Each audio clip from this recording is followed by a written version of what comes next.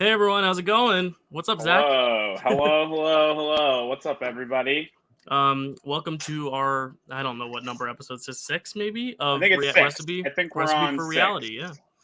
Where we talk about reality TV while focusing on a specific recipe of the week, even though we don't really have time to cook those recipes, so we just kind of go to different places and get those.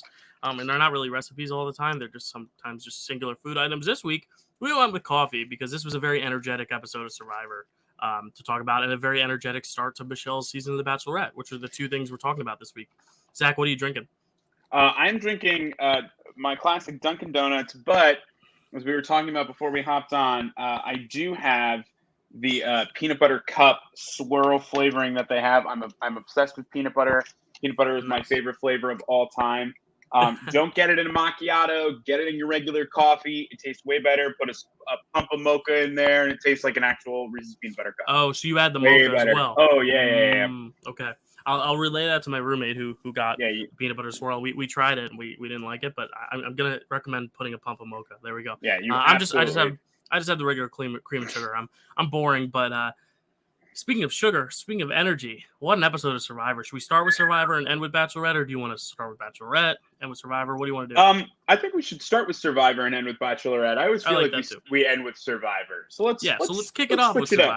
Survivor. So let's look at just how our rankings panned out this week. As you see, I'm gaining on Zach again, another point, but he's still ahead. He actually has 69 points, and I have 66 points. That's the devil's number right there if you add another 6 there. So two interesting numbers, 66 to 69. I had Jeannie in the 11 spot. He had Jeannie in the 10 spot, we believe. I did check, but if I'm wrong, I will correct it next episode. But yeah, that's our rankings. So we both had her toward the bottom, and it was unfortunate because it was basically will Ua win or lose, and that was really kind of how that fate would go because we knew she was the outs of the three.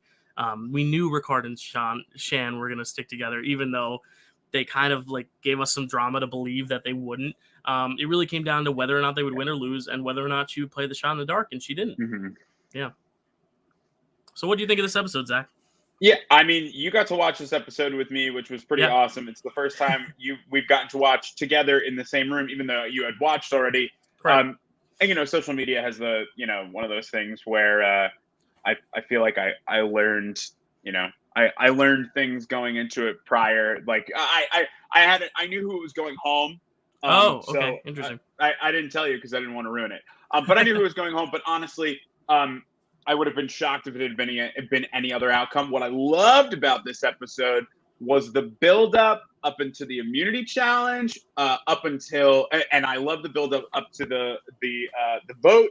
I love the build-up while Chantel and Liana are on the island. I think it's absolutely fantastic. Probably the best episode of overall of the season so far, if not for kind of the predictability of the final the vote, because I think that if Ricard goes home over Jeannie, it's the best episode.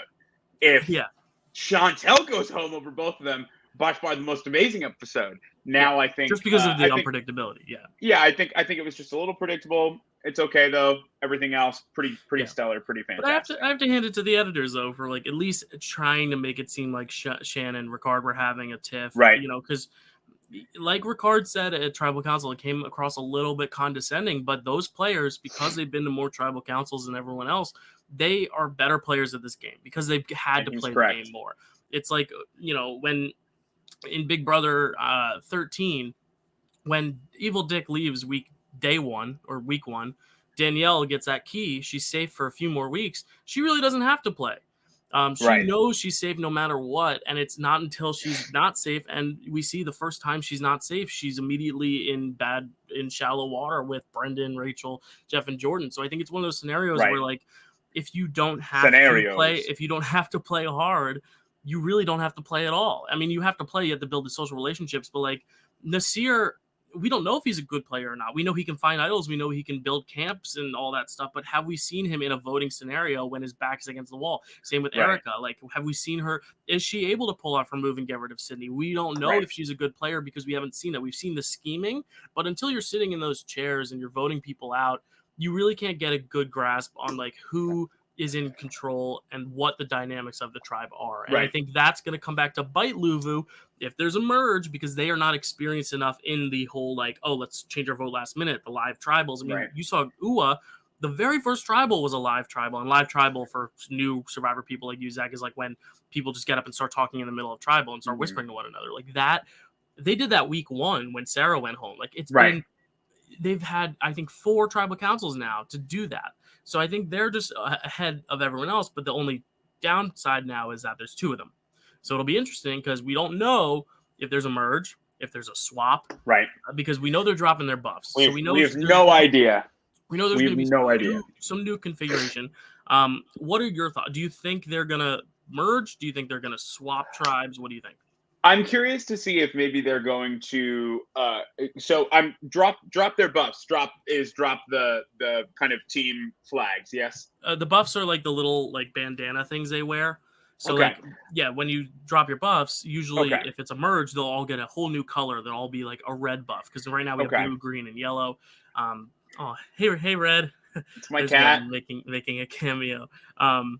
Yeah, but Jeff said it wasn't exactly a merge, so I don't really know what that means. I'm so, being that I'm new to watching this, one of the things that I'm curious about is because they keep hyping up how it's like nothing we've ever done before. So I think that it's probably going to be some sort of swap, only because Luvu is such a strong tribe. I'm wondering if, and I've seen different things online for both CBS or for Big Brother and for Survivor and like all these reality shows that, a team goes in day 1 with pretty much a set way of how their season is going to go, and they don't change it no matter what happens. And I do think that that's probably true, but I'm going to try and see if I can get him out of the shot a little bit. It's fine. Oh, you want him back in there? Okay. It's up to you. If it's going to distract you. We'll leave him there. We'll leave him there. But I do always wonder if that's actually true, not because I don't think that not because I think people are lying, but because I think it's impossible to go in with a plan day 1 that you stick to, only because if you stick to that plan and it doesn't pan through, it's like the twists on Big Brother. We clearly kind of can tell that they stick to their twists because they never pan out. They never pan out the way that you want them to. And for Survivor, also, you got to build these sets. You've got to build the challenges. Like, you've got to plan ahead. And, that's why some seasons, if there's someone who quits the game or someone gets hurt and has to get evacuated from the game, sometimes they either say no tribal council tonight because they need to keep on schedule, or instead of a final 3, they go down to a final 2 just because of the schedule, the way it needs to pan out. So, they have to be able to adapt. So I'm wondering if maybe this was supposed to be a merge and is now going to be a swap for like a day, just to like even out Luvu a little bit before going, or to attempt to even out Luvu going into tribal council, or to going into the merge. Because right now, I mean, if it's 12, right now we've got 12 people. 6 of those people are Luvu. 6 tribal members will be Luvu, and they can all vote together. For all everybody else knows, they can vote together, and they can just say like, hey, we started Luvu, let's end Luvu. Are you kidding me, Kat? Let's start Luvu, let's end Luvu. Let's just get everyone else out and do this cookout style and go from 12 to 6, and then we'll just may the best win at that point. And that's why things like idols have been introduced to the game, just to make it unpredictable. But here's the thing: if it's 6 versus 6, if they do merge and Ua and Yase team together and they're like, hey, let's just vote out one of the blue. If Nasir figures out who that blue person they're voting out is, he can say, I'm playing the idol on this person. And then the 6 of them vote for who they want on the other side. And they're probably going to vote for someone who they think might not have an idol, like Tiffany or even like Ricard or Shan, just because they think because their numbers are dwindling down. Well, and Nasir knows who has the idol because they had to say the things in order for him to say them. So he knows that Xander has the idol. He knows that Chantel has the idol. So he can easily say to the rest of them, like, hey, I know that those are the 2 with the idols, so as long as we pick one other person, we'll be fine. He can have all of blue be like, oh, Evie, she don't have it, let's vote for Evie or something like that. And that's why going into like a merge or a swap, because we're going to get into our rankings soon, you also have to think about who has these advantages, and then who has an advantage to take away an advantage as well. Is a big thing that was introduced.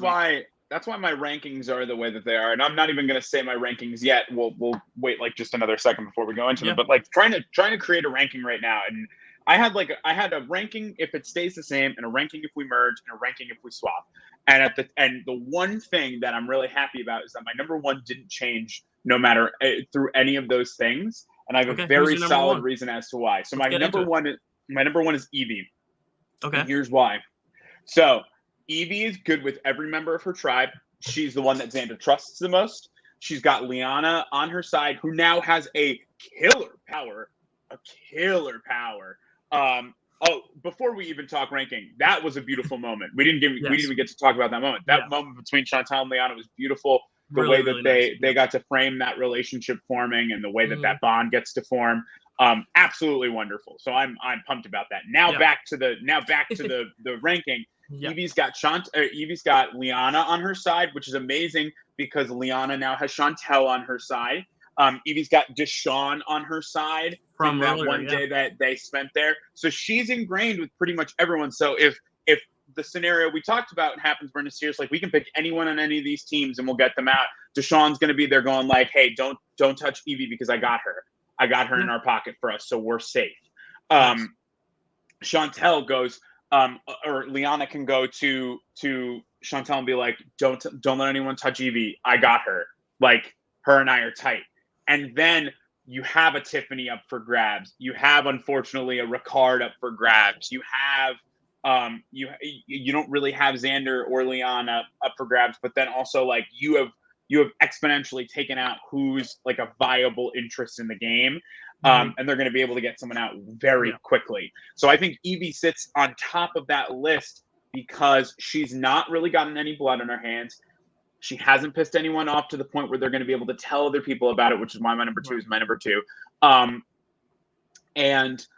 She's almost non-existent to the rest of them. Like, she might as well not even be there, but they're just kind of like, oh, she's so nice. She's so great. She's so awesome. Yeah. My number one, for kind of the reasons you mentioned earlier, is Liana, because the only people who are definitely safe right now are people with idols, because if they play an idol at the next tribal council, they can't go home. The only person, though, who has power over them is Liana. And the good news is you don't get to just see who has an idol. You get that idol. And Liana knows for a fact that Xander has an idol. All she has to do if they merge is say, Xander, do you have an idol? Xander says yes. She gets the idol. She's now 100% safe. So that's the thing, is like these idol people, I have a lot of the idol people higher up on my rankings. But then Liana can take an idol from any of them. I don't know if she's going to take it from Nasir or Shan just because she doesn't know for sure that they have it. But again, with the phrases, she's probably able to figure out who has them. The question is going to be if Shan hands it to Ricard or if Nasir hands it to Deshawn, like something like that could happen. But she knows for a fact Xander has the idol and he's not giving it up. So she's going to take it from him at some point. I think that's what they're setting this up to be. But I think right now she's the safest. And because now she has that Chantel bond. She has her in her back pocket now, too. She has Evie and Tiffany in one corner. She has Chantel and probably Ricard in another. That could be a 5. And then if Evie's able to sweep in Deshawn and Deshawn can pull Danny in Sydney, that could be a big force. And I actually think that's like a bulk of the top of my list, because I think these inner tribe relationships, they're going to have the biggest advantage because they are able to kind of talk about the dynamics between tribes, like you said, with Evie and Deshawn. But the difference is that Liana has that power. And I think it's probably the most powerful thing this show has done. I bet when they planted it, they thought, oh, maybe there's a chance that Liana is going to accidentally ask the wrong person and it's going to backfire, because if you ask the wrong person, nothing happens and now you just look shady. But the thing is, she knows. And I think she's the one who looked through his bag. Because Tiffany told her to. And I give props to Tiffany for that. Tiffany's a little lower, but I do have her higher than most of the season I've had her. But my number 2 is Nasir. I got her down. My number 2 is Nasir, because I love that moment. We haven't talked about that moment yet, but we even on a rewatch, I gasped. It was crazy. Did you know that was coming? I did not. Okay, I did not. Cool. I knew you see kind of like how things pan out. Like, again, I saw that Nasir had an idol, but in my head, we got to tribal and I'm like, oh, I guess he finds it after. And so for him to just go out there and be like, I'm as crazy as a goat on AstroTurf. I was like, you're kidding. This man just got a full reveal. Right. And I gotta give props. It was awesome. I got to give props to Ricard because Ricard set that up perfectly. He said, this girl's saying some crazy stuff. And then Chantel said something. And then she said, yeah, like Xander was going crazy the other day. And Xander, then that gave him an opportunity. And then Nasir, watching all this happening, could easily say, I'm confused as a goat on AstroTurf because we don't know. Nasir's a, funny guy. He can make a joke like that. And it makes sense because of everything else everyone else was doing. So Ricard set it up beautifully for everyone to deliver their messages. And I love how he didn't know for sure that Nasir had it. And then rewatching that scene where Deshaun's like, should we throw it? Nasir's like, no, we shouldn't throw it because Nasir knows if we throw it, we can get Erica out. But they're worried Erica has an idol. I'm going to let them keep thinking Erica has an idol because then they don't suspect me. It was awesome. And it's really, really cool. So I have him up there because another thing is no one else except for the people who know about the phrases know he has an idol. So like people like Erica, Heather, they don't know he has an idol. People but you Tiffany, do know who does know though, right? Who did know about the phrases? Is Deshaun. Yeah, but I think that'll bond them together more than her. I hope so. I really do. I think this is an opportunity for Nasir to gain some allies. I think it'll help him more than it'll hurt him. I think also because he knows the game well enough. I think he'll be able to maneuver it well, and he's just a likable guy. I think people thought he was a little sketchy early on because he was gaming so hard, but once they get into the merge and they see like Ricard kind of doing the same thing, they're going to be like, oh, Nasir's like a mild buffalo wing compared to Ricard's spicy strategy. Right. So I have Nasir at 2. I think he had a great episode. He was my favorite person to watch that episode. So that's why I'm up there.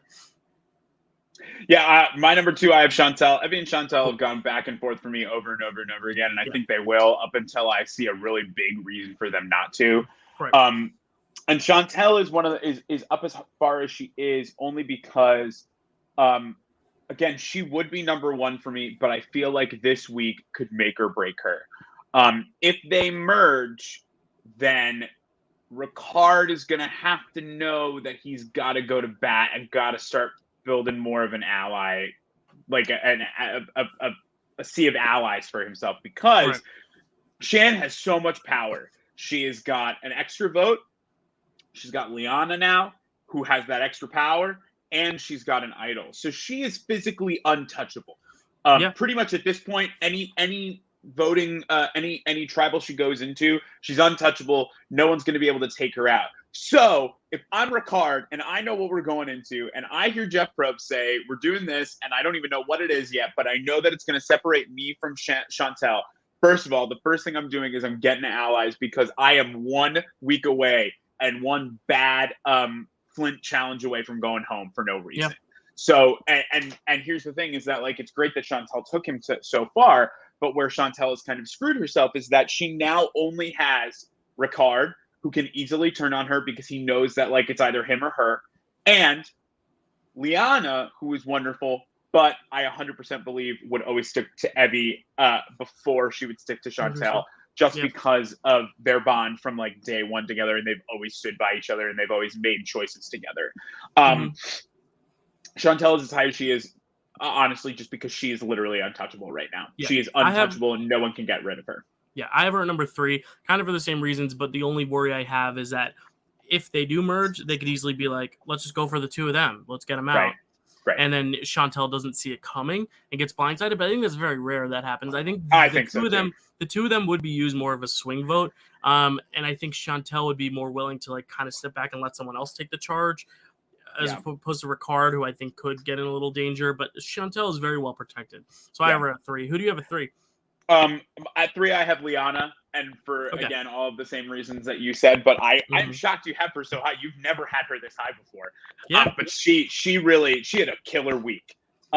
She getting that power, making that bond, doing so great in the challenge. I mean, Liana was someone who kind of came into this, and I was like, you could be great or you could be really, really bad, and you could kind of just fizzle out. And the more I watch, I mean, she's climbed up my ranking and she's climbed up your ranking. Like, the more and more I watch her. Where do we have her last week? I had her at 5. You had her 4. So yeah, she's climbing up even more. Yeah. I actually initially had her at 4 again, but I did a little switch around. And it's only because, I mean, she's absolutely fantastic. I think that she's great at the game. If she gets into the merge and she plays her cards right, the only reason, again, why I don't have her as high is because they titled that episode $1 Million Mistake. and I'm worried that one day that's going to come back to bite her. And I do think Yep. it could. I do Yep. think it could. I think it could, but that will be after what happens with Xander Right. or whoever she steals from Right. happens, you know. And then at 4, just because we've already mentioned him, at 4 I have Nasir. Cool. I think again, nothing. I think I would say my top 5 are, I would say, 100% safe. Who's your Unless 5? in You the can event, continue along. the 5 is Danny, and Okay. only because unless in the event of someone being like of someone like really flipping things on its head. For Nasir at 4, I mean, he's got an idol now. He's basically the anchor of Luvu, and Yeah. to get rid of him, I feel like would be just a bad move. There's a lot of people to get rid of over Right. him for Luvu. You know, you Mhm. get rid of Erica, you get rid of Heather, even get rid of Deshaun would be like a smarter move than getting rid of Nasir, only because he proves that, like, if you really need his help, he'll help you. And I think that's going to keep him safe, on top of him having his idol, which nobody really knows about except if they know about the phrases. Liana, I don't think, is going to go for his idol. Right. And then Danny, I have being safe because kind of what you said last week. No one's worried about Danny. No one knows. No one even knows Danny exists. I mean, he's there. He does a great job with challenges, and people consistently just go to him in the tribe. They go to him to get Erica out. Erica goes to him to tell him about getting out Sydney. Sydney comes to him just to, like, chat it up. Deshaun goes to him to say, like, we got to throw the challenge. Nasir goes to him to be like, what's going on? Like, yeah, he's the glue. Danny is what Luvu just has as someone to keep and connect everything together. So I just think that in the event that they need to get rid of someone, Danny's not the first boot. Number 4 might surprise you, just because this person has always kind of been in the middle because they haven't really had much power, but they've always been like in the spotlight. This was the one week where I said, you know what, this person could win the game, and it's because they did not need to be shown this episode, but for some reason the editors gave us a scene with her. I think I know who it is. She had a great scene. Sydney is my number 4. Yeah, and that's what I thought. It's because I don't think she'll win the game, only because she is such a polarizing person. Just because she's funny. She's very snarky and witty, and I don't think that always comes across genuine to some people. But we are seeing her in every episode. In the first episode, she's the one to tell the boys that Nasir is targeting her. In the second one, she's the one saying, well, Nasir's not so bad. In the next episode, Erica's targeting her, but then we see immediately all the boys are willing to bat for Sydney and willing to throw a challenge to defend Sydney and get Erica out. And now this episode, Sydney has nothing to do with the overall narrative of this episode, but we still see her catching fish and coming and saying, you know what, I'm a mermaid, I can do it. And to me, that just makes me think she's a long-term player in this game. And honestly, if anyone from Blue is going to win, I think Nasir would be a little obvious just because I don't see how people let him get to the end because he is likable. I think Sydney could be a surprise winner in this game. I'm thinking, maybe Shan and Evie are just such positive, amazing people that they want to highlight them a lot, but they're the decoys. I really think Sydney has a shot of winning. And I think she has a target from Erica, but no one else has wanted to target her. Even Nasir, Danny, and Deshaun, when she's throwing their names around with one another, no one's looking at her. And I do see how some people are like, oh, she's going to be a villain. She's going to get no votes in the end. Sure. But if she can get to the end. But she'll get to the end. If she's sitting next to someone like Heather, who has done nothing, like, she could win. I think she really could. Yeah. And I think she's in a good position. The only thing I could see backfiring is when her and Tiffany went on that little journey with Brad, but it was more of her disliking Tiffany than Tiffany disliking her. Yeah. So I really think she's in a good spot, and she does have, if she wants, she can reach out to Tiffany and be like, hey, we met each other. What's up? Right. I really like Sydney. I love watching her. She's probably my favorite character, her and Nasir, which is funny because they're the two we're seeing less of strategy wise. We're seeing more of just the camp life at Blue because they haven't been losing, but I really, really like Sydney. So she's in my 4. It's a little bit surprising just because she doesn't have an idol or anything, but I think she's well acquainted. And I'm going to put 5 and 6 together just because it's Deshaun and Evie. 5 Deshaun, Evie at 6. Only because they don't have idols, but they know about the idols and they know each other well, and they can kind of create a cross bond if they merge. My only worry is with Evie, this week was the only time ever we've heard her name be brought up in a negative sense when Tiffany was like, Evie, she's a little too tight with Xander. I don't like it. And that's what spurred her to go through Xander's bag with Liana. And I'm worried that maybe Liana and Tiffany, if they get a bad vibe and think Evie's getting too close to Xander, I don't think they'll cut Evie off. But if they get rid of Xander, Evie might be upset with that. But I think Evie's still, her loyalty's still with the girls. Well, yeah, I think, I thought that was just like Evie kept saying like Xander trusts me and says I'm his closest ally, but I'm really trying to work with the girls. And I think Liana knows that, and I think Tiffany saying that was I think Liana going with that was more of like this is a great excuse to search his bag, so let's search the bag. Yeah, and I think it and made that worked out in Xander her look. favor. Yeah, Xander was made to look way worse than Evie. But my He only did not worry have a is good that week. Liana and Tiffany though can see that Evie is really good at making other people trust her. And if they see that she's still winning over Xander and pulling the wool over his eyes, I'm worried they might be like, you know what, maybe we got to get her out. I just think she could be someone that everyone looks at the Burge and says like, oh, she's a threat. Like maybe we get her out now, because she's not the best at challenges either. So they could just get rid of her if they wanted to. I don't think they will, but that's why I have her and Deshaun lower, only because of also idols. They don't have them. They're more of adjacent to the people who have them. But I think they're both still safe. I think we've seen enough of the edit too that like they're going to be bigger characters long term. So I think they're both safe though. Who's your number 6? My number 6 is Ricard. I think Ricard, he's lower than I've ever had him, and it's kind of like I talked about him and Chantel pretty much at the same time. So not to copy or repeat anything, but he's not in a great place. I do think that if a merge occurs, he's not the first person gone. I do think in the event of a swap, he is, because they've watched this tribe go down and down and down, and you have to sit there and wonder, why are you still here? And I think that's got to be something that plays in the back of everybody's mind. In a merge, that might, I think, for someone like Deshaun and Danny, that's their, they look at that as, oh, perfect, our opportunity to get Eric out, finally. And I think that's, I mean, you'll see where she is. But like, I think that's a really, I think that's why he's middle of the ground for me, because I think he's safe, but he could go south real quick. Who's your number 7? Number 7 is Sydney, and because kind of the same thing as Ricard. I don't think she goes first in the merge, but I think she has the potential to piss somebody off. And if you piss someone like Chantel off, you're screwed. And if you piss someone like Liana off, you're screwed. And I don't know why. I just feel like she's going to clash with another female player, because she doesn't give off great vibes to someone like. Clearly, she doesn't give great vibes off to someone like Erica. She didn't give off great vibes and didn't really mesh well with Tiffany.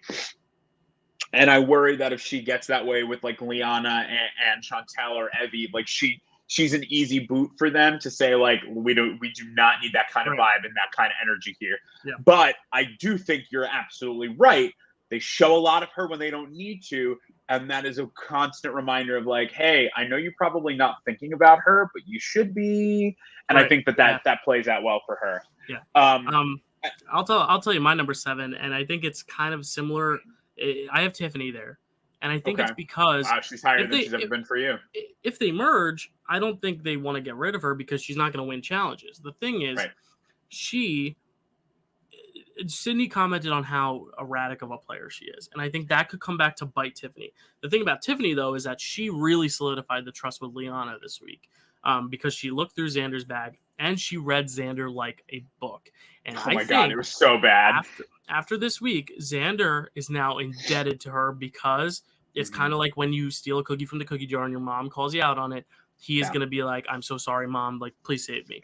And I think Tiffany's going to have a lot of power that way. And I think if she can rope in a few more players from these other tribes, if they merge, I think if they swap, she'll be fine too, because I just don't think, because a merge is coming, they're not going to want to get rid of someone they're going to beat in challenges. They're going to want to go for one of the stronger guys over her.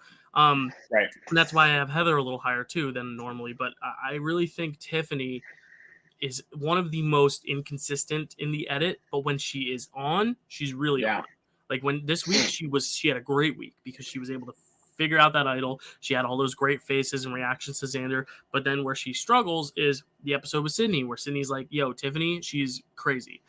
And maybe that's just because it was earlier in the game. I'm worried that'll bite her in the butt again. But I think for now, she's a little safer than some of the rest. So that's why I have 7. Yep. At number 8, I have Xander. And he's higher than I originally thought I was going to put him. But here's why. having Evie as an ally, even if it's not in a great way, is a benefit to him. Hmm. Only because Evie might have some sway with Liana and Tiffany.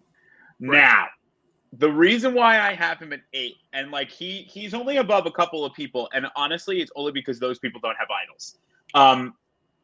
The reason why I have him at 8, and like I was very hesitant to put him here, is because if anyone's idol gets taken away by Liana, it's gonna be Xander's. If anyone from UA goes home, it's Xander. Hmm. If anyone from just like any, Or Yase even. like, Yeah. or Yase, thank you. Yeah. If anyone from any kind of like angle is going to actually make a mistake this week, it's going to be Xander. And the only reason that someone else from Yasa is lower than him is because Xander has the potential to have a flawless week. He has the potential to not piss anybody off. If he also merges with anyone, if we get a merge, he has the ability to go up to Danny, Deshaun, Ricard, Nasir, and nope, that's it. That's the 5 of them. He has the ability to go up to them and be like, listen, y'all, I've got an idol. I know Nasir has an idol because he said the phrase, we need to get somebody out. We got to band together and get someone out, because then also if Liana takes his idol, he can go to the 5 of them and be like, you guys, if she took my idol and one of us is going, if we don't want to get just picked off one at a time, we got to get one of them out now. So I think he has the potential for a pretty flawless week. I don't trust him because it's Xander and he floundered this week. But I put him at 8 with like good faith to say like, you could have a pretty good week if you needed to. Yeah.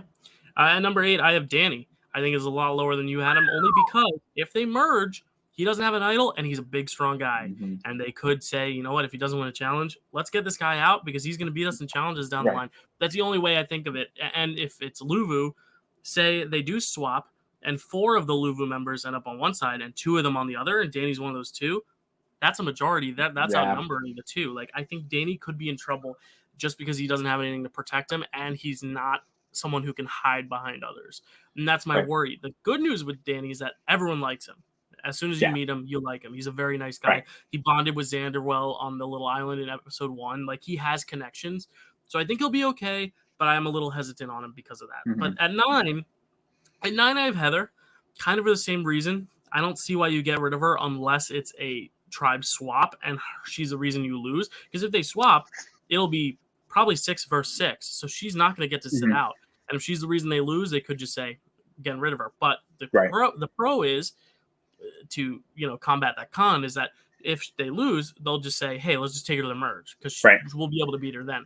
And we saw how much her team came to bat for her when she was struggling in that one challenge. I think they do really like her, and she's just someone that everyone's getting along with. But I'm a little worried for her, so I have her at 9. I'm going to do my 9 and 10 because one of them is the same. So my 9 is Deshaun, and honestly, again, just because he doesn't have an idol, and I feel like even though he has Evie, he doesn't really have a lot of others in that realm. Like, he's got Sydney, he's got Danny, but I feel like Danny and Sydney would say, like, if we really need to get rid of someone, Deshaun's probably our best bet. Unfortunately. And I just think that also based on how Deshaun has clashed with like Nasir in the past, where him and Nasir have had a disagreement, the way that he's clashed with, and he's the one pretty on board with getting Erica out. I think that they could see that and be and just kind of know that like we didn't have to play too hard from the start, and we got really lucky. But like, you wanted a lot of risky. You planned to throw a competition and it didn't work. So if you can't even throw a competition, how is this going to work? And I think that they could see that and just say like, you're a wild card. You're a physical threat enough, more so than my number 10, and I only have number 10 where she is because I just, she's doing nothing. She's not being shown doing anything. She's doing stuff, we're just not seeing it. We just don't know it. And I think that they could just say like, Deshaun, you've been great, but it's time for you to go. Another thing also is that a merge is almost like a reset because like in the merge setting, if someone like Shan just kind of sits back and lets someone else dictate the vote and she just is with them, she could fly under the radar perfectly. I think the thing with like Deshaun is he's always going to be the one making the move. Yeah. And I do see that backfiring if he's Right. not the one with the control. Yeah. Right. And then at 10, I have Heather. Again, Mhm. she's this is gonna sound so bad. She's nearly useless, and only because the one time she's gotten to showcase her ability in a challenge, she lost the challenge for them. Mhm. And I think that, I mean, they probably know that. They probably know we can just bring her to the end, but eventually, like, the one thing I will always say, and you saw it on the Big Brother finale, anyone who feels like anyone who knows that they can do nothing, always will need to feel like they can do something or that they're in control. So I just think that, if she is enough of the cause of of pretty much all of Luvu's losses or all of the losses here on out, she could end up becoming frustrating. She could end up becoming someone who just kind of like flies off the handle because of how frustrated with no food, no Mhm. actual shelter. We haven't seen enough of her to know what's going to happen. So I have Right. her lower just because she's an easy boot, but also in the event of a swap, I would probably get rid of her before I would get rid of Deshaun. Yeah. At number 10, I have Erica. I think she's someone who has been talking about making a move, but she hasn't been able to, but also because they weren't able to throw it. I just don't see where she fits in with everything. And I think she's someone who a merge would probably be the best thing for her because I don't think Mm-hmm. anyone would think number one target has to be Erica unless it's Right. someone like Sydney or Deshaun trying to take control of the vote. But at the same time, I just don't see her bonding with anyone enough to like be Mm-hmm. like, being best friends with Liana and Shan and these people who are kind of in power Mm-hmm. and Evie. I just don't know where to put her. But I really Right. just don't see her going home just because I feel like if she was going home next, like Jeannie, we saw very little from her early on, but as the weeks went on, we saw more and more of her. So when she Right. went home, it felt like we knew Jeannie. Here, Right. I don't feel like I know Erica, so I don't think she'll go home until we see a little bit more of her. And that makes me just think maybe she's just someone who's going to get dragged to the final three Yeah. and be like just someone who gets 0 or a few votes in Right. the end. And that's why we're just not seeing a lot of hers because she doesn't really have much of an impact. I know But I about just don't Erica. see her I going know home. more about Erica from TikTok than I do from Survivor. That's what's Right. And funny. she's I know funny. more about her. She Yeah. is funny. She's funny. Heather seems very sweet too. Like Sydney's Instagram game is great. Like her quips and wit. Like I just wish we saw Right. more of it from these people. Yeah. But that's what happens when you win every challenge. You don't have to go to Right, the hot right, and I think that's what's hard. Again, for me, does this usually happen? Like, is there one tribe who just consistently wins over and over and over again, or is it more varied? The thing is, usually there's a swap much earlier. Like usually, Okay, if there's a cast of 20 at 18, they swap into 3 tribes, or at like if it starts with right, 18, at 14 they switch into 2 tribes of 7. Like it's right, usually much earlier. In this case scenario, no. Like I don't think there's ever a tribe that has gone all the way to the merge, except for and one never had to season. do tribal, and never had to do tribal. One season there was a tribe, but one of their members, that was the season with Caleb from Big Brother, he got evacuated, so they still lost someone, even Right, though they never lost a challenge until the merge. That tribe, that was the beauty tribe. It was Brains, Bronze, Beauty that season, and the beauty tribe never lost. And the winner actually came from the beauty tribe, so it ended up working in her favor. But right, Caleb still went home, so they still went into the merge down in number. right, But I don't think we've ever seen a tribe of 6 make it to the merge as a 6, having not right. swapped. I might be wrong. If you think it's different, comment down below, people, Comment. if you're listening. Yeah, but I No, don't know. I do think that's the one thing that, like, if I could change so far about the season, is I just feel like I really don't know anybody on the Luvu tribe, and I know that's why I like Deshaun and I like Nasir and I like Sydney, because Mhm. they're the few people that we've gotten to really know. And Danny's only as high as he is for me because I feel like he's not going to lose a challenge. I feel like he's going to Yeah. consistently have the leg up to win, especially once Mhm. they get to an individual game. Yeah, he could win And every so, challenge to the end, and that's how he right, wins. But we right, want to get to know them as people too, and that's right. what's tough. Yeah. At number 11, I have Tiffany, and Okay. Tiffany has kind of lived at the bottom for me since Mhm. since before preseason. My first and second are terrible. They were terrible. JD's gone. Hey, Tiffany she is could just. still she's still in I it. She could still know, but make it. so this is the thing that worries me about Tiffany, and this is why I caution myself against putting her so high. I just think Tiffany is an easy to get rid of because she has proved to both Liana and to Evie, and kind of to Xander, that she will do whatever it takes put herself first and throw you under the bus to everybody else. Where Shan has had a really good way. I mean, she's also gotten lucky because every week, whoever she wants to go goes. Tiffany only got her way once and hasn't had to worry about it since. Yeah. So Tiffany has had a couple of days now of being like, I'm in charge. I have free reign. I wanted Voce to go home, and so Voce went home. And I think she doesn't even realize the sheer amount of power Evie and Liana have over someone like Xander, who now has his vote. And if they go back to regular tribes, they can easily vote her out because they know if they vote for Xander, he can just play his immunity idol and they're screwed. And Liana is going to definitely stick to Evie. And Evie is definitely going to stick to Liana. As much as they want to work with Tiffany, Tiffany is hard to work with. Same thing. Sydney, she's rubbed Sydney the wrong way. And they had only met each other for less than 10 minutes. They all, I feel like she has the capability to make someone angry, and she's got no safety. She's got no safety net at all. So I feel like she could end up kind of on the chopping block for that reason. Yeah, my 11, this is my winner pick. This is Ricard. And I was wondering where he was. You hadn't said him yet. I was like, he's not last. I think I know who your last is. But he's number 11 because if they merge, him and Shan are going to be in an interesting spot where I think a lot of people are going to want to use them for votes rather than just picking them off. Because if you just pick them off 1 and 2, that doesn't do anything for Yase because then Luvu outnumbers them 6-4. Yase is going to want them in their corner, and Luvu is going to want them in their corner. They're going to have a lot of power. The only difference is I think Shan is going to know where to go with the power, and Ricard, I'm worried because he doesn't seem like someone who's going to be a number for someone else. He almost seems like he's going to want to take control, kind of like with Deshaun, but even Deshaun has shown he's a good team player. He's willing to play. Like Deshaun was willing to say this week, okay, we won't throw the challenge. He was willing to say no. Ricard, I'm worried if he doesn't get his way, he's going to talk too much, do too much. He could end up biting, backstabbing himself as an effect of that. And I just think he's just someone who's just comes across a little shadier. Jeannie's even said it. She's like, I just don't trust Ricard. And I think it's going to be hard in this game because going into the season, we were like, oh, he's a flight attendant. He's going to be very personable. And I think he is, but to his own circle. Like, I think Chantel's someone who's going to, respond well with him. And even then, this week they had a little bit of a tiff. And I'm worried Shan just might be like, screw it. I'm going with Liana and the girls. Right. If she doesn't need, and she even said to Liana, if I'm gone, don't trust Ricard because that's my number 1.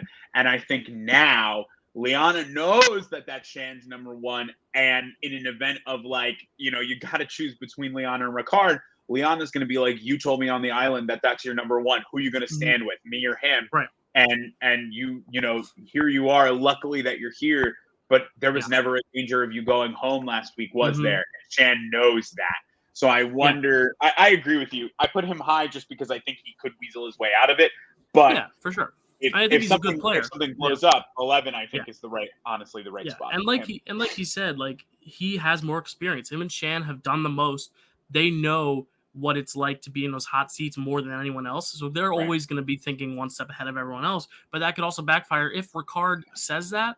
Like Ricard was saying how he's the one who comes up with the blind side and Shan's the closer. Shan's probably hearing that what the hell, dude? It was my idea to get rid of JD. It was my idea to get rid of Brad. Things like this, where I think if Ricard talks way too much and gives himself way too much credit, that's good for Shan because Shan can then be like, yeah, no, Ricard did all that. Get rid of Ricard. Don't get rid of me. And I just worry that he's going to be his own worst enemy in that sense. You don't want to go around telling everyone, I'm just so good at the game because I've been to tribal more. Right. If he goes up to Sydney and he's like, Sydney, listen to me. I've been to tribal more than you. I know best. Sydney's not going to like that. So I'm just worried. Ricard needs to shut up this week if he wants to go further. And if he does, he needs to stop talking. And he gets an alliance, great. But right now, I'm worried. I'm just worried. Who's your 11? My 11 is Tiffany. Oh, Tiffany. Okay, so who's 12? So then my 12. Oh my gosh. Oh my goodness gracious. Sorry, my wife is calling me, but she's on her way home from school. My 12 is Erica. Okay. God, she's just such an easy boot, and they want her out really bad. And I think that if they merge, this is the shot. This is the shot for them to take, and they have the majority, and they'll be able to get rid of her if they really need to. And I think that could play to their advantage. I think that that's just something that has been teased at us from kind of the beginning of everything happening, and that that this is finally the time that I think we're going to get that payoff. At number 12, I have Xander. And that's where I figured he would be. He has so much power. He has that extra vote, I think, from week 1. He has the idol. But with Liana and Tiffany, knowing he has that, seeing his bag, and them having people on the other side. Tiffany might have Sydney. You know, they didn't get off on the best foot. But if Tiffany can say, hey, Sydney, Xander has an idol. And if Liana can say, hey, Shan, Xander has an idol, they could literally, this could be a 10-0 vote or 10-1 vote. Like, they could all vote for Xander because they know if Liana takes his idol away, he is powerless. All Liana has to do is say, hey, give me your idol. He gives the idol. They all vote for him. It's the easiest and then boot he's gone. in the world. Yeah, I agree. The only thing I see happening is maybe Xander wins immunity. If it's a merge and he wins individual immunity because he's good at it. But again, if he doesn't, he's a strong guy because he's a strong person in challenges. He won that challenge for Yase last week. Like, he was the one, the slingshot. They finished first. They finished before Luvu. I know Luvu hasn't lost a challenge yet, but they haven't won every single challenge. Number 1, like Yase has come in first a bunch of times because of Xander. If Xander doesn't win immunity, Xander's an easy boot because you can steal his idol now and you can get him out. Like that to me is the easiest boot in the world. I agree with you. I agree with you. I think have to make sure paranoia doesn't get in the way because it could. And I do think because it is so obvious, it won't happen. But I'm putting him at 12 just to be safe. I mean, it's so interesting because normally our rankings are like pretty in the same realm. This is the first week where I don't think we have a single person in the same exact spot because you know the game better than me. You know it just based on how much you've watched it. But like, I'm going off of like, hey, if I'm in the game and I'm looking at what I need, you know, if I'm a strong guy, I know that other strong guys are going to get picked off. And it's, you know, if I start, this is where I start thinking about Big Brother and I'm trying to compare them. If I know that it's kind of where I think Derek X lost his game this year because he got rid of Christian. He was an easy threat, and that made it totally possible for him to just be able to leave and have a good reason enough to get him out. Same thing. You get out Xander if you're Danny, Deshaun, or Nasir. All of a sudden, oh no, now there's only 3 of us and no one to help. And I think that's going to be, you know, the big thing for all of them moving forward is they have to be careful. And I hope that that's what happens, but who knows? We'll see. We will see. So that'll be Survivor. We'll talk about it next week to see exactly what happens. Is it a merge? Is it a swap? But we know one thing for sure, and that is that Michelle's season of The Bachelorette is underway, and we got our premiere. It was a very interesting premiere. I think these were some of the weirdest entrances we've ever seen. Especially so weird the way some of the fetishized teacher stuff was, like Clayton's entrance and stuff like that. Like, some of it was so goofy and silly, but I think the show really knows that, and they're just like trying to find ways to reel you in right off the bat. But I thought it was a solid premiere. It had a lot of drama, which was really exciting. And yeah, I think Michelle's a great Bachelorette. So Zach, what are your thoughts on that premiere? And then we'll get into like talking about who we think are the contenders, and we'll talk about the big drama of the week, and that is the notes, the dossier on Michelle that I forget his name. Ryan. It was Ryan. Yeah. So thoughts on the episode? I am going to be honest with you, and I'm going to be honest with the viewers. I'm a little Bachelored out, just like with the sheer amount of Bachelor content we've had. I mean, from literally this time last year, there has not been more than like a couple weeks off of Bachelor or some sort of Bachelor franchise. You know, since Claire and Tayshia. And I think because of that, it's really hard to not compare all of them. I mean, first of all, before we even talk about Michelle's season, I want to offer up an in memoriam to Blake and Katie. Oh my gosh! Because we are recording this at the day after we found out that they are unfortunately no longer together. I kind of called it, not on the show, but I know you did. You did, and I'm very sad about it. But I just think I think that's what's so hard about this is that they're trying to keep it interesting, but the truth is, a lot of people are just exhausted. And I even feel like first of all, I love Michelle. I think Michelle was amazing on Matt James' season. She should have won, if I'm being honest. The fact that Matt did not pick her and picked Rachel will always just bewilder me. She's so much more of an interesting person and personality, and I guess that's just not who Matt wanted, and that's fine. But I will say, like, one of the things that I didn't love about this episode was I feel like now as the lead, Michelle is not as bubbly. Michelle is not as energetic as she was as a contestant. And maybe that's just first night jitters and kind of getting herself acquainted. The previews are much more promising in that realm. So I feel like a lot of this episode was Michelle trying to figure out how to be the lead. And I think that went well in the fact that now she's figured it out. But I also think that she was one of the easier to read Bachelorettes on night one because of how much she's still getting used to it. Because there are a lot of those guys that I know that they're going to be there for a little while and she'll get to explore those options. But, people like PJ who, will be very entertaining to watch, but definitely aren't making it to the end. Our Pizza Panor. I like him. I love him, but I don't think he goes to the end. I know he's probably, I think you said Bachelor that he was one of your picks. But Rick, the guy who came in with the food, I just feel like he's got such an awkward personality when not in joke mode that I'm worried that he doesn't make it through. So I think what I liked the most about this episode was that we got to meet some of the men and really feel like we got to know them rather than just being like, here's our Bachelorette, and now here are some people looking to meet her. Where I feel like Katie's was we were really like, Katie focused, and we didn't really get to care about the men. I feel like this has been the opposite, and it's nice. It's nice to see that. I think Tayshia and Caitlin are great hosts once again.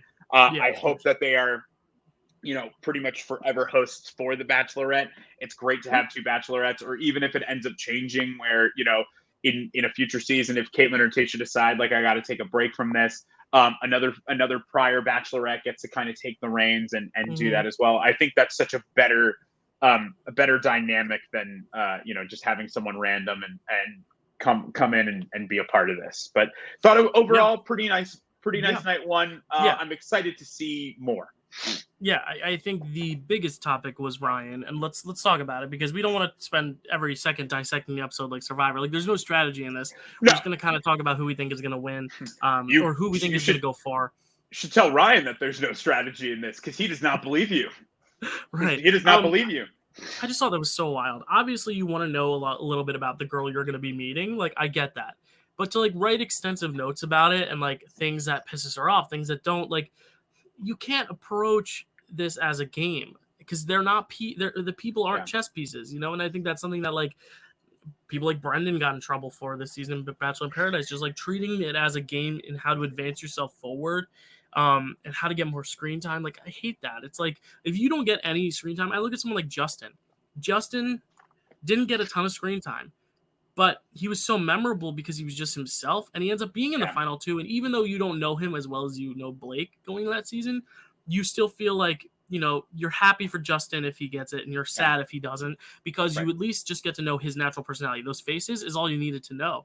You didn't need to show off to the cameras. Even someone like Michael, like, we didn't know much about Michael until his story about his son on his date. And then after that, we really didn't hear a lot more about Michael, but because of that one moment, we liked him. Like, you don't need to be consistently trying so hard to stand out, because then you have people like, oh my God, I forgot his name, Ryan, who just like just come across super fake.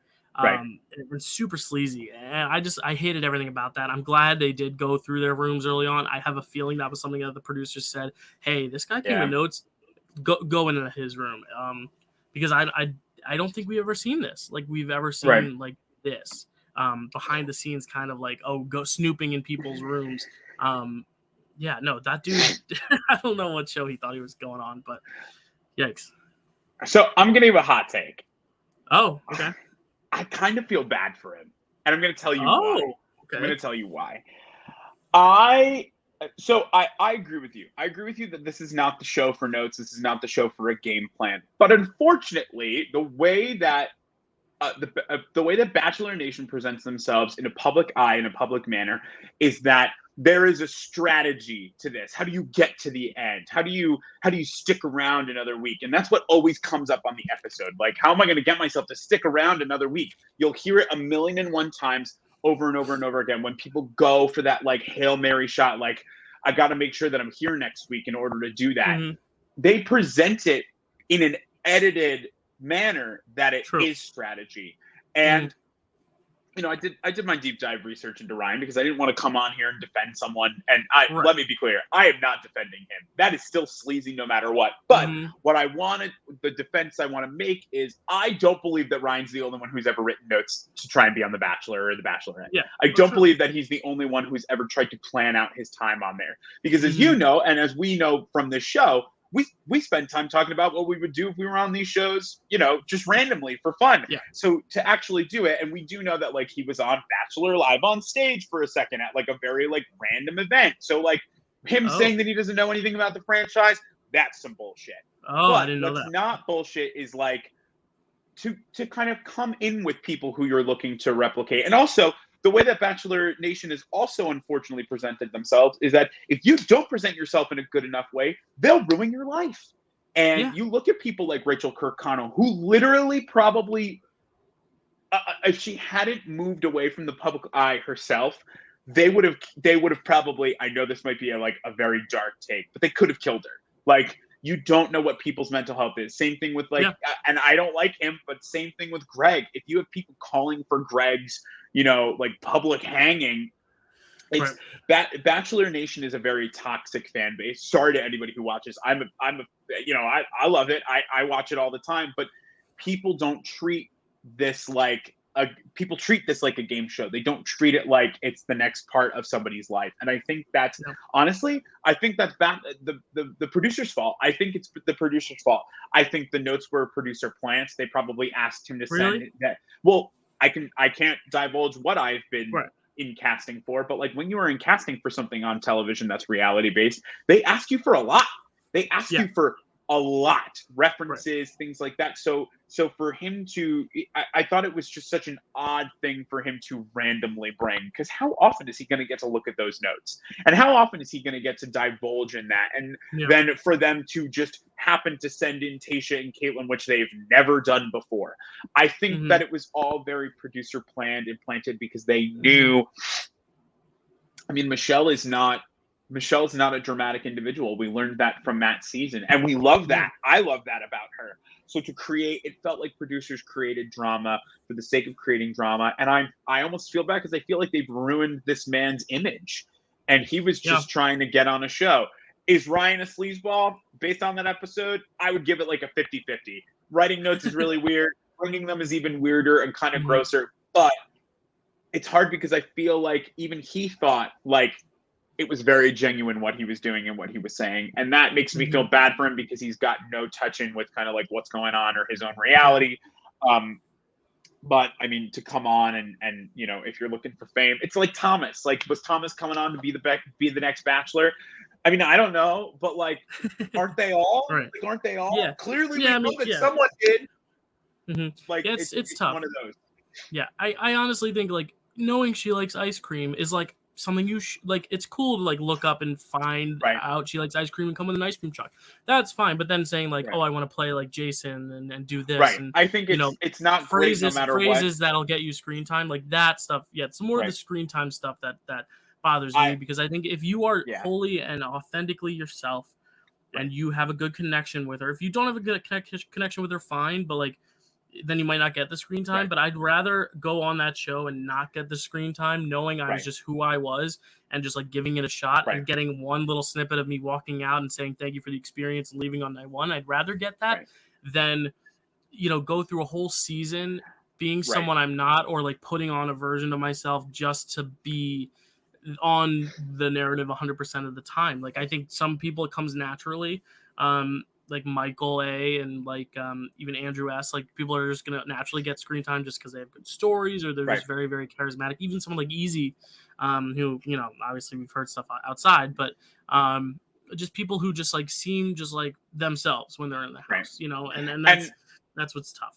And let me be clear, that's not to say that I'm saying, oh, you should feel bad for Ryan, or anyone watching should feel bad for Ryan. If you think that's sleazy, by all means, like, take it to the grave with you. I'm standing by it. I think it was a shitty thing to do. Yeah.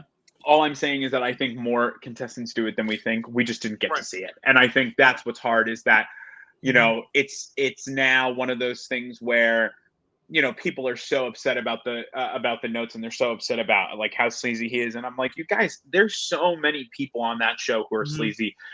And even I mean, we know from Cody from Katie's season, we know someone who went to school with Cody, or we know Yeah. someone who knows someone who went to school with Cody, and they confirmed like, oh yeah, he was just there for the 10 minutes of fame. Yeah. And that's the thing, is that like, how could they not be there for their 10 minutes of fame? You're not just Mhm. thinking about like going on and meeting your wife or meeting your husband. You are thinking about going on. You're going to be on national television, whether you Mhm. win or not. You're going to be on Yeah. national television, Yeah. and that's something that's appealing. And I feel like, unfortunately, I feel like it was abused by the producers, and I still feel like he's very sleazy for doing so. Yeah. But nonetheless, it was just a bad look all around for Mhm. everyone, and I wish Yeah. I don't know who, someone had said like the producers, maybe it was Bachelor fan take, but someone had said that the producers kind of switched around. I think Becca's season, there was a big Oh, switch of producers around Becca's season, and ever since then, it's been very hot hit or miss every single season and gotcha. almost Yeah. every single episode. Whereas it used to be very like, here we go. Yeah. Now Mhm. it's very like, one episode could be Yeah. amazing, and then one episode is all about MJ and Victoria and Anna and how they're bullying all of the women on Yeah. the show, and like someone let it go on national TV. Anna calling Brittany someone who entertains women for money, or men for money. Like Yeah. that's just stuff that shouldn't fly by producers, and they let Mhm. it happen over and over and over Yeah. again. Yeah. And I Yeah. feel like it takes away from the actual Yeah. lead, because all I'm remembering about the first episode is that dude Ryan who wrote notes, not Michelle's love story that Right. she's trying to Right. write. Let's And get that's into why, that though. yeah, that's why, like, when you look at the list of people, I find two names that I recognize, that I remember, Hmm. and then two people that, like, when I look through their pictures, I'm like, oh yeah, I remember them. So I have four contenders. We're each gonna I've let's each four. have four. Um, and one that I probably would have considered is Clayton, but as we know, that's been confirmed, Clayton is the next Bachelor, which means he's not going to win this season, or he's going Which to is win, taking away, which is and really it's going to be taking a away from dead his story scenario. this But season. yeah, because I think he would have been a front runner, because I think he had like a memorable entrance. It Yep. was like playful, but also like to the theme of her being a teacher. But he also seemed like a genuine guy. Yep. He's a good looking dude, and it was. I think that was one of the people I'd probably say had a good shot, but because we know he's the Bachelor, it kind of ruins that for it. But Right. I'm glad it's him, not Greg, only because I think we need some new blood. I think Greg Agreed. just had a bunch of controversy. I think it would have been controversial either way. But let's go contender by contender. I'm just gonna write them out. Let's do them alphabetically. I think Cool. that's just probably the easiest way to do it. Let me just write the four names out. I think that's him. That's the thing, is I have to like check and make sure like that's like the person I mean. All right. So the first one I have is first contender for me, and we can have the same contenders. We probably will have one or two of the same. Is Jamie, and he was he might have to look up who he is. I'm looking him up. This was the first rose, not counting the first impression rose, but this is the first rose she gave out, and I just always think like, to be of all this whole sea of people, to go for one person and say they are the first rose, I think it's a good sign. He carries himself very maturely. Sometimes I had to be like, oh, he's like a little weird, and I was like, no, he's just kind of like different and more. He just comes across a little bit more mature, and I was like, you know what, I could see that happening. I just think getting the first rose is a good thing. First rose at the rose ceremony, so I was like, you know what, I'll put him down as one of my four contenders. Right. I also haven't watched Jimmy Kimmel yet, because he always picks out his four contenders too. I haven't either. I haven't, because I don't want to be swayed. But Zach, who's your first of your four contenders? Just going alphabetically. First of all, it probably would have been Clayton, but I again can't. Right. I know that he's the Bachelor. I Brandon J. Brandon J. got a lot of screen time night one. Which one was he? What was his entrance? Oh God, what was his entrance? I don't even remember. He's a traveling nurse recruiter. Okay. Oh God, what did he do? I literally, there's so little about everyone that I remember, because I only remember Ryan's whole dumb thing that occurred. Oh yeah, okay, I remember this guy. Yeah. Yes. He got a lot of screen time. People really seemed to like him. And he was not ruffling any feathers. But the only reason I have him there, and why I still like feel hesitant, but I'm okay with it, is because I feel like he gets into a big thing with Pete, the pizzapreneur, and there's the whole jacket throwing thing, and I think that's him. But I thought they had good conversations. He was respectful, and I think that he had a good night one. So happy about it. Yeah, I'm pulling up his entrance now. What did he do? He sorry for the stalling, people. No, it's okay. Oh, he I'm was the also. bed. He had the bed. All right, Oh yeah, yeah, he yeah, was good. Yeah, he had the yeah, bed. He brought her into the bed. That was a fun little one. yeah. All right, my second contender is Nate. I think he Mine got the too. first impression. Yeah, he got the first impression rose. He got the first kiss and only kiss of the episode. I think it's one of those things where it could be an obvious thing like JoJo and Jordan, where it's like, yep, first impression, first kiss, like gets a lot of screen time, they're the winner. But the only thing is he was the first one to step out of the limo, which makes me think like maybe there was just that excitement of like he's the first guy to step out of the limo. Right. He's gonna be like my first pick. Like the first person I laid eyes on is the first person like I'm gonna choose. That could also happen too. But I don't know. He seems like a very nice guy, very level-headed guy. I don't see any red flags right now. The only question is just going to be if any of these other guys just stick out more now, because we've seen last season it was like she gave it to Greg, and Greg was always in the back of her mind, but it took a little while for Katie to then get another date with Greg. But yeah, I don't know. I think Nate's good. Right. It's not alphabetically, but my one of my 4 is Nate. I think, and honestly, if I'm picking a final pick, Nate's my final pick.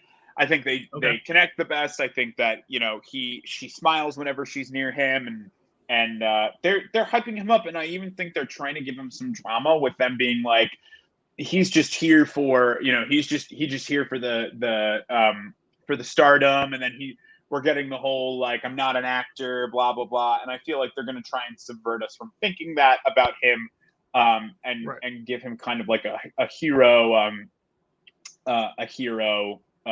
edit at the end of the day.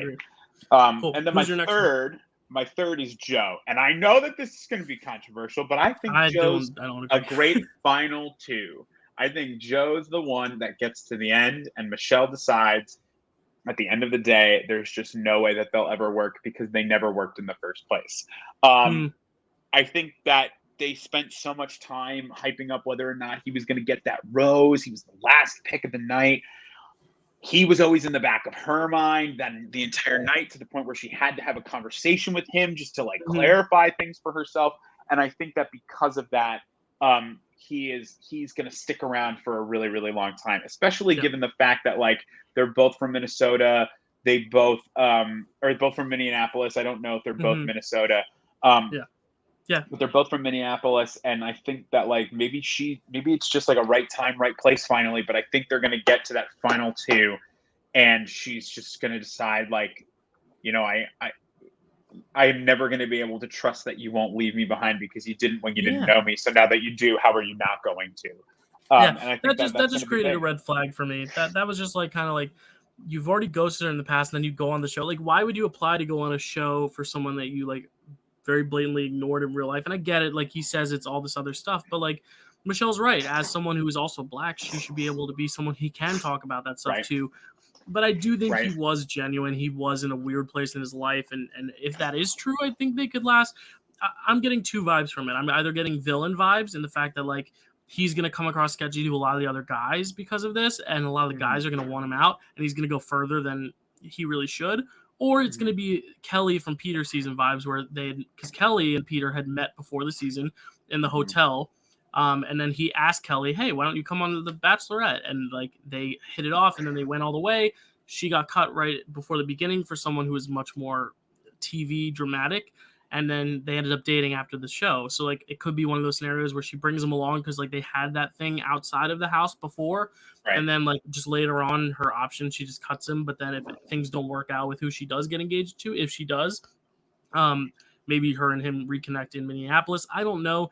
He's like my 6 or 7, only because I think he will go far. I just think how far with the Bachelor villains, you either get one for the whole season, kind of like a Luke P, or you get a few and then they kind of dethrone the other. Like last year, how we had like Thomas, and then Cody was out, and then it was Thomas, and Thomas was out, then it was Hunter was out, then it was Aaron. Like they kind of traded off as the villain.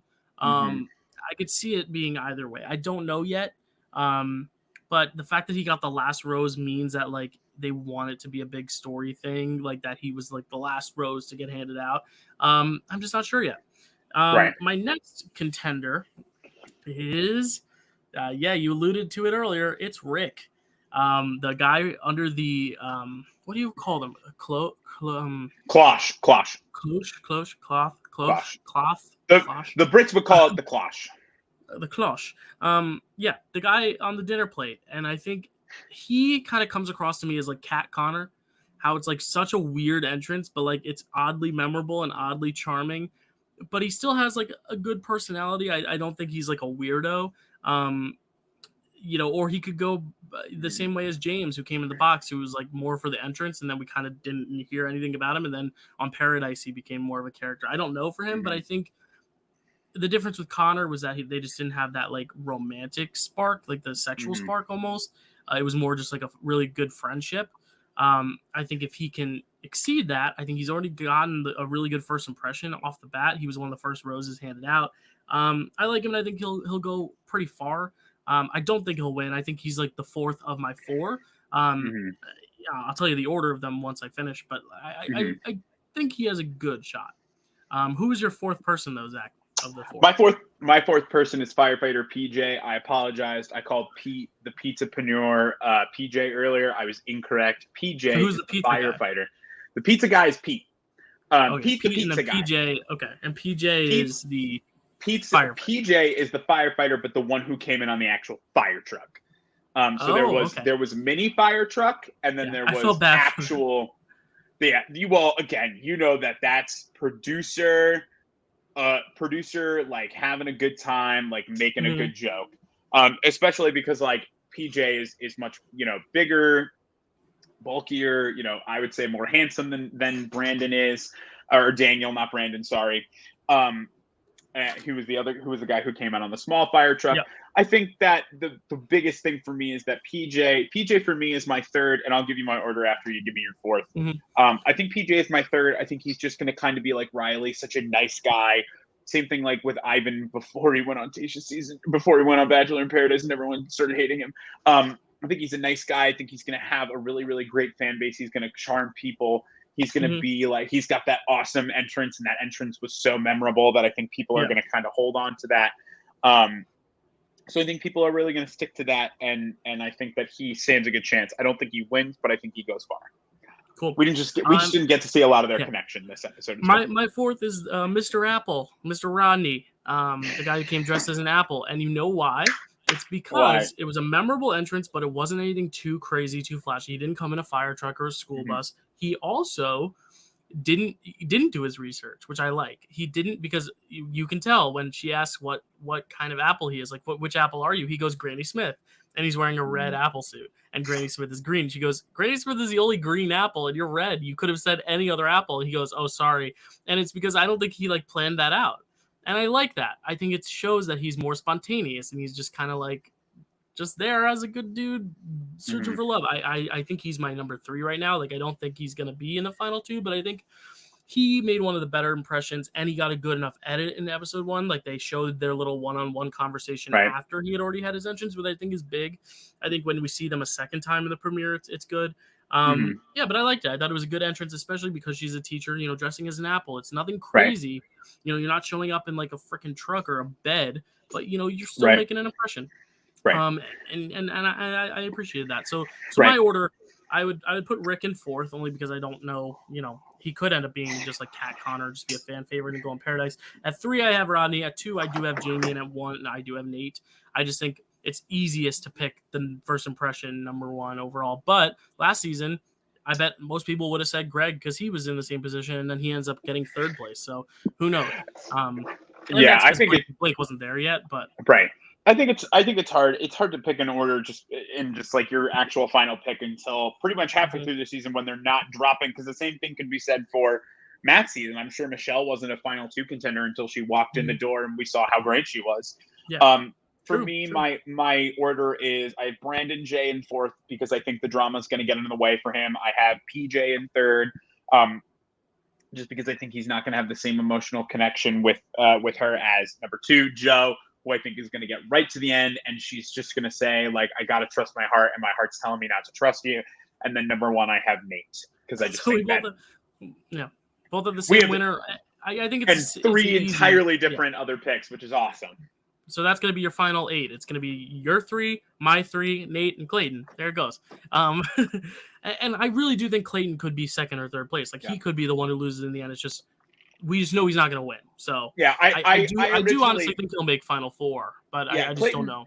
Clayton was my initial Final Four, but just to keep things interesting, I took him and I put him at I took him out of it just because we know that he's not going to get there to the end. So I don't want to put him there over someone else who like actually has a shot, maybe, you know, and Clayton might actually only get to 5, and then right before hometowns he gets cut, and that might be like our big like, oh my god, we never got to meet everybody in Clayton's life, so that's why they make him the Bachelor. Well, Katie, we lost pretty early in Matt's season. It was after the Queen Victoria sweep, but like before all the other stuff with Serena and And I think that also occurs because of fan call for her. I mean, I was calling for her. And same thing for Michelle. I wanted Michelle. I was kind of like, I want Katie more just because I liked what she advocated for.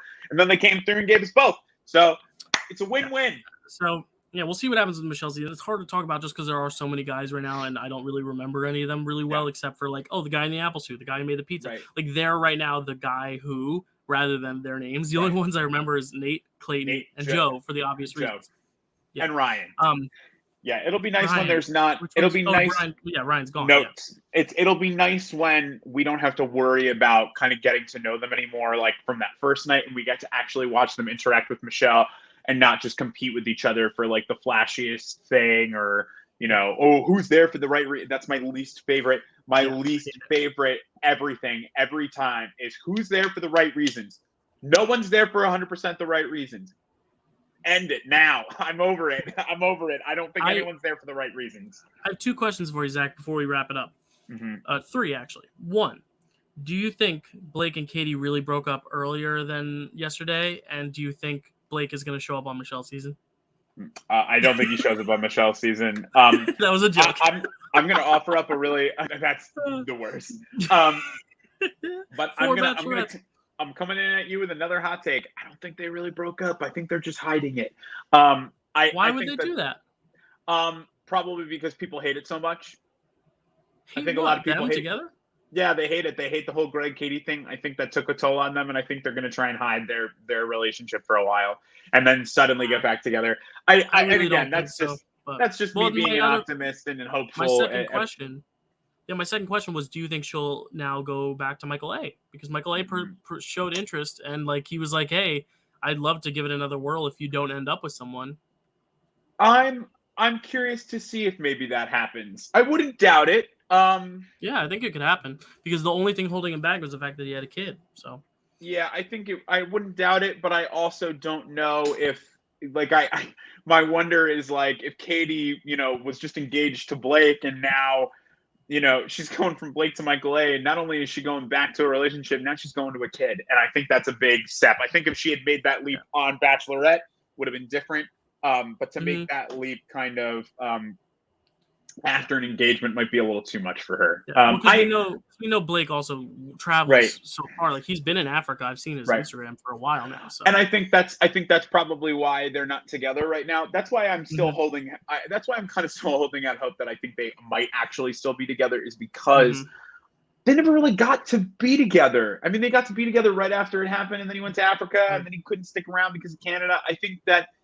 I don't know if they ever got their shot to make it work, and I'm wondering, like, maybe if they had gotten their shot, what would it be like? And you know, I wish the best for them, though. I like them both so much, and I feel like she got done dirty on her season, and they kind of rushed her into that engagement with Blake, and I feel like Blake knew that they rushed it, and I feel like she knew that they rushed it, and they wanted it to work really, really badly. And I just think that like she knew that if she didn't get an engagement, she wouldn't be happy. And I think that kind of ruined it for them. So I'm hoping with all of my might that they get to have some sort of resolution to what's going on, but we'll see. And the third question I have is, who has a recipe for reality, Zach?